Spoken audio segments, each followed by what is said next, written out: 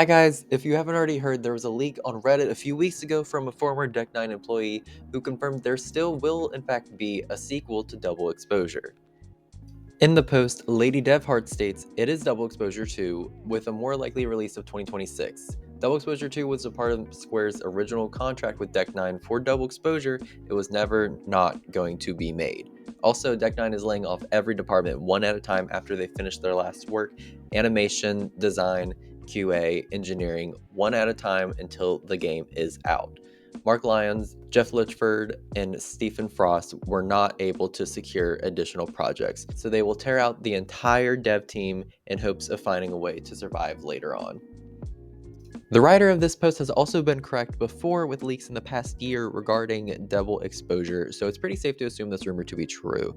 So this could completely go either way, good or bad for the series. It's good in a sense that we are still getting a sequel to Double Exposure, but what really worries me is that it's only happening due to the fact of it being in Decknine's contract to make it, even if the first game did not sell well. If it were not in their contract, I could definitely see Double Exposure 2 being canceled entirely from the lack of sales, and that's also not to mention all the backlash the game received. But assuming this rumor is true and that it is a contractual obligation, that can mean that they're just going to slap together whatever they can, not caring about how good the game is just to fulfill their contract. Also, they mention a release date of 2026, which is only 2 years after Double Exposure. So either Deck9 had already started working on the sequel before, or around the time that Double Exposure was released, or the game is being rushed. Why do I say it might be rushed? Well, because usually we get a Life is Strange game every 3 years, not two. The only way I could see it being possible is if they already had an entire story outlined, almost as if they wrote it out as one big game and split it into two parts, which would help explain why the last chapter felt cut short.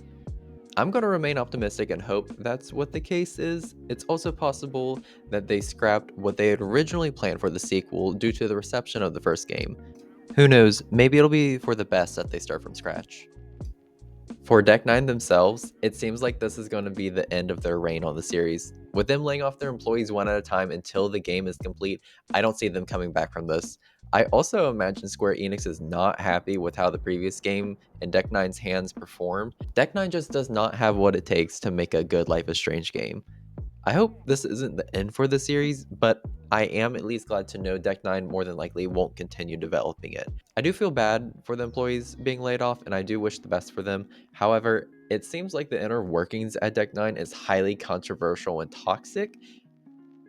Not going to go into much detail on that here. You can read about it on Reddit if you would like. And I'm not saying that all employees are this way, but I do think it is for the best for the whole company to just be dismantled. And for the future of Life is Strange, I think the best case scenario would be for Dontnod to get the rights to the series after this next game.